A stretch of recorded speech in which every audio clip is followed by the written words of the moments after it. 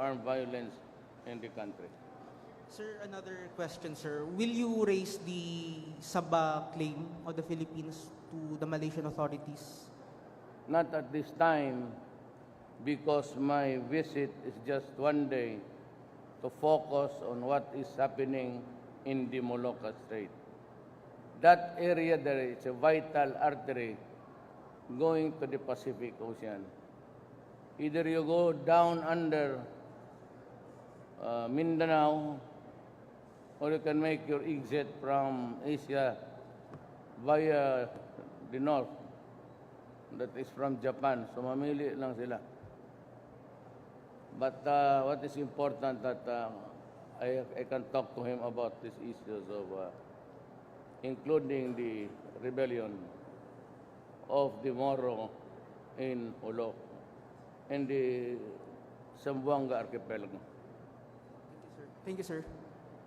We have Maricel Halili from TV5. Hi, Mr. President. Good morning. Sir, may we have your statement about the decision of Supreme Court yesterday allowing the burial of former President Marcos sa talibingin ng mga bayani, because some sectors are concerned about this, that how can they move forward if about 72,000 martial law victims have not received justice until now? Well, as I have said, as a lawyer, I stick by what the law says. The law says that soldiers and ex-presidents, yung namatay, o baski hindi siguro ex, basta presidente ka, doon ka ilibing. Now, the question of this tussle about the dictatorship of Marcos is something which cannot be determined at this time. It has to have history. Kasi yung nasaktan, and it was a contention really of a political fight, initially, then turned sour because of the power struggle of the ruling political families in this country. And almost it deteriorated into something almost like a revolution. That part of the sins of Marcos has yet to be proven by a competent court. Yung sabihin lang niya na wala yung pera, that is altogether another different issue.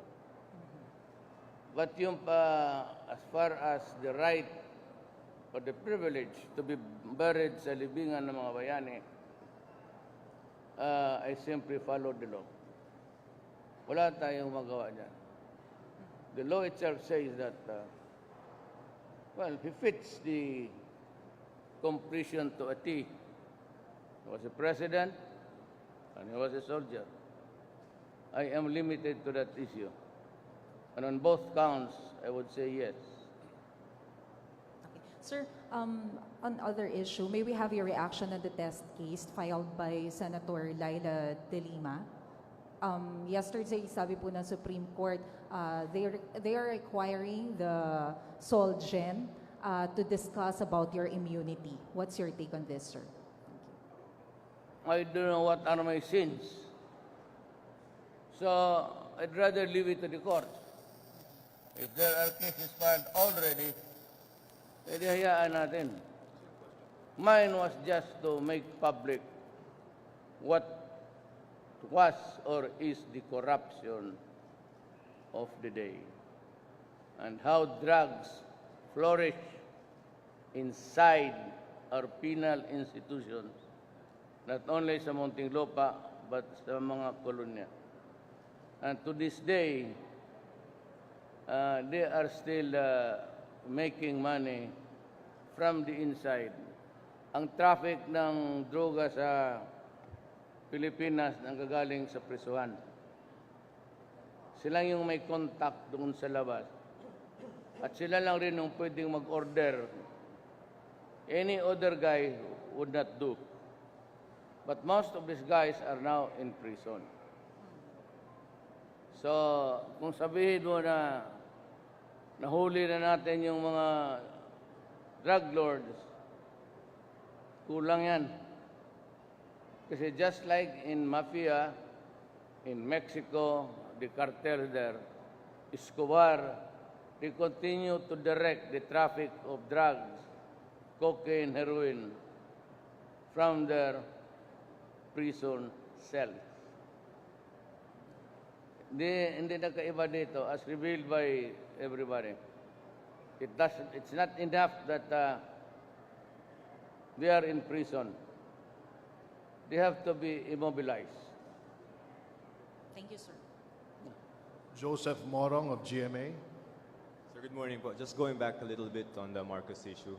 So yesterday, I think the SP Pimentel is saying that he might be, he may talk to you to maybe reconsider that decision. So the Supreme Court said naman there's no legal impediment, but it's up to you to really... No, I do not. I do not have the sole power of the changing fortunes of this country.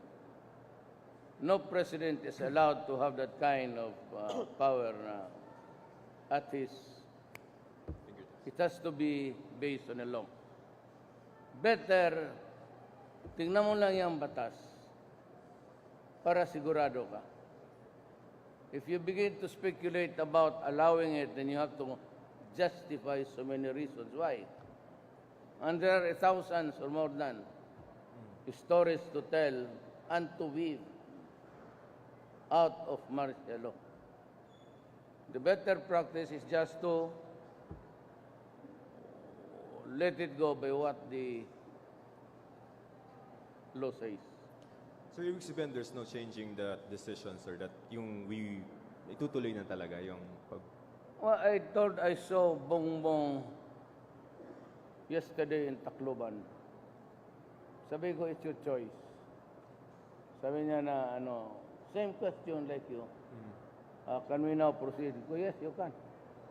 I've said before, I will not take my word back. Sir, just one last question. Sir, on coming from the perspective of the victims, no? Kasi yung libingin ng bayani carries a certain meaning for some people.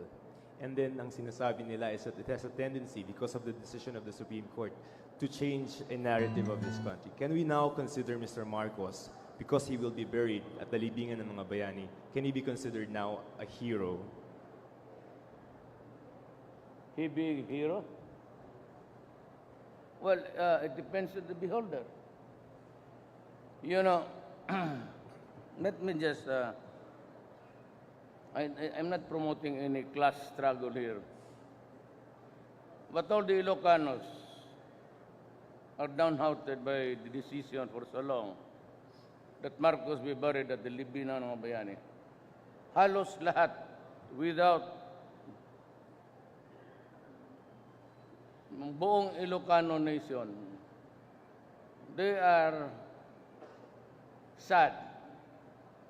Para sa kanila walang kasalanan si Marcos. And he was true to his word of what happened during the new society. Sabi ko, cannot be judged now. Mahirap yan ganon because mayroon pa mga nagsusulat, na tinatamaan, nakulong. Meron namang iba.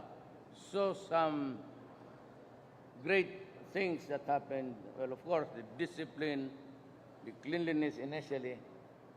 But towards the end of his term, or rule, for that matter, deteriorate because he lost control of the governmental machinery for being sick. Hindi na niya kaya. So doon nagka-leche-leche ang sitwasyon. Our last question, Mr. President, is from the Philippine Daily Inquirer, Marlon Ramos. Good morning po, Mr. President. Sir, regarding lang po sa the remarks that you made about the Vice President yesterday in Tacloban, which to many come as inappropriate and even tasteless. Are those necessary considering the event? Again, I didn't get you. Yung You're saying about the the remarks, about the Vice President. Yes, sir. Which too many see it or come as inappropriate and even tasteless To to the Vice President. Even the Vice President has actually issued a statement that what you said about her yesterday were tasteless and inappropriate, considering banda? that sa Tacloban event. what about? Yung binanggit niyo po yung tinitignan niyo yung tuhod niya and that she's wearing short Tuhod lang? skirt during your Yeah, I cabinet said she meetings. was wearing a skirt. Pero tuhod was walang ano. Sabi ko hindi nagsisimba ito. It is appropriate. As a matter of fact, it is good. So what's the problem there? What find an issue? Success, lure?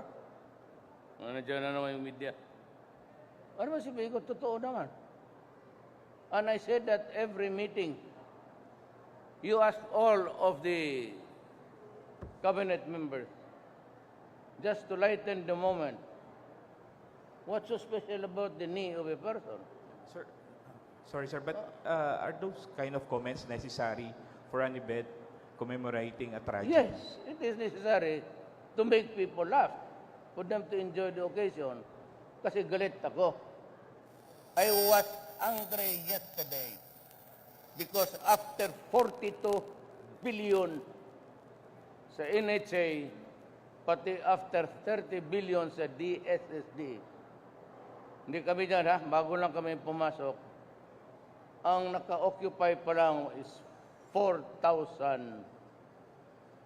Kaya ako to break the ice, yun ang ginawa ko. So what's so special about the body of a woman?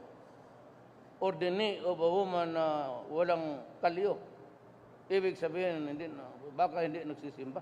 But isn't it offending, sir, for the president to be making those kind of comments about the vice Well, what's wrong president? being president? I do not stop Or a being woman, president any- just because I do not exact standard for me. I will do what I say, and I say what I do.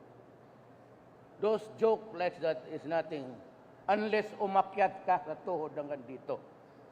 Then that would be an extreme bad taste. Pero sabihin mo na, tignan mo, hindi ito tuhod nito.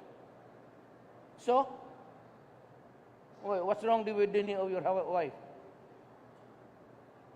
I mean, you have a wife. But what's wrong with her? If I say yung tuhod ng asawa mo, gasgas ka sa simba, may kalyo na. You want to depict me as bastos? You can. Have your day. It's not my concern to impose the standard kung yan ano.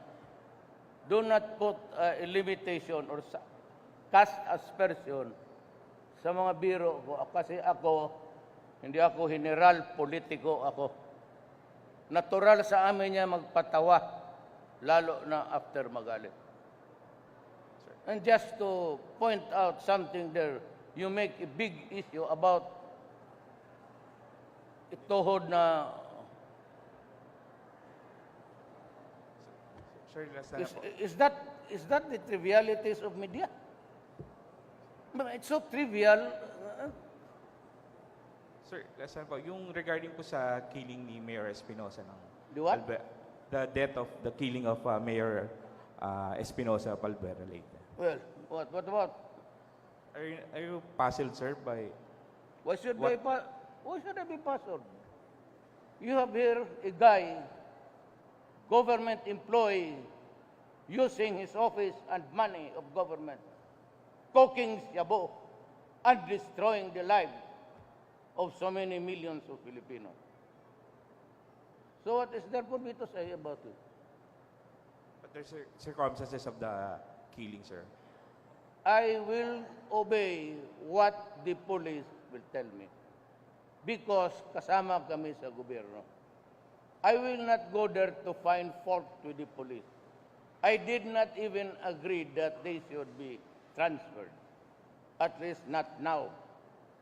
Kasi pagka ganon, wala nang pulis magtrabaho. Thank you, sir.